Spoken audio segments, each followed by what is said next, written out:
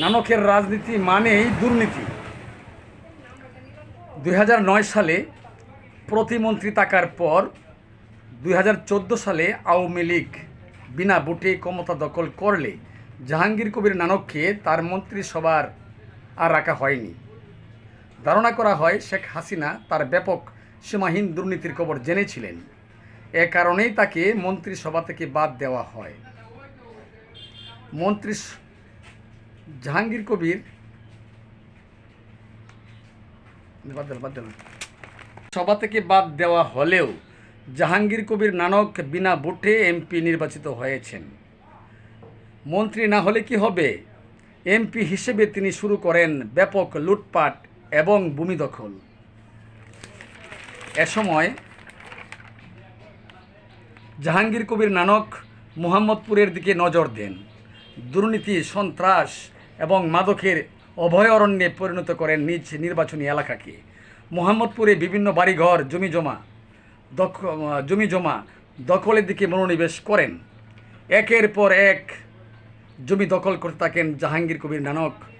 আর এ সময় তার সহায়তাকারী হিসেবে আসেন আরেক আওয়ামী লীগের এমপি প্রয়াত আসলামুল হক। আসলামুল হক মূলত জমির দালালি ব্যবসা করতেন। সেই সূত্রে তিনি কোথায় কোন জমি বিতর্কিত, কোথায় খাস জমি আছে, কিংবা কোন জমির মালিকের অবস্থা দুর্বল ইত্যাদি তথ্যগুলো জাহাঙ্গীর কবির নানককে দিতেন।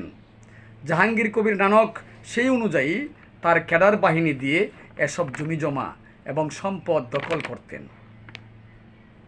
উল্লেখ্য, জাহাঙ্গীর কবির নানক আওয়ামী লীগের একমাত্র নেতা যিনি ছাত্রলীগ, যুবলীগ এবং আওয়ামী লীগের পর্যায়ক্রমে নেতা হয়েছিলেন। ছাত্রলীগের সাধারণ সম্পাদকের পর তিনি যুবলীগের চেয়ারম্যান হয়েছিলেন। যুবলীগের চেয়ারম্যান হওয়ার সময় তিনি তার সন্ত্রাসী নেটওয়ার্ক তৈরি করেন। এ সময় নানকের পৃষ্ঠপোষকতায় সম্রাট খালেদ সহ শীর্ষ সন্ত্রাসীরা যুবলীগের ছায়াতলে আসেন। জাহাঙ্গীর কবির নানক 2001 সাল থেকে 2006 সাল পর্যন্ত আওয়ামী লীগের হরতাল, আন্দোলন ইত্যাদিতে সন্ত্রাসী কর্মকাণ্ডের অন্যতম পরিকল্পনাকারী ছিলেন।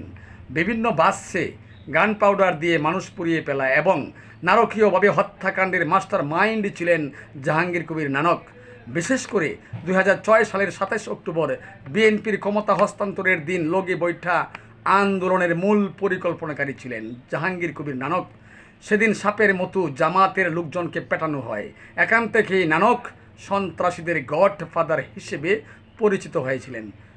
ধন্যবাদ সুপ্রিয় দর্শক, আমি শুধু পত্রিকা থেকে তার কাহিনী পড়লাম। আসসালামু আলাইকুম।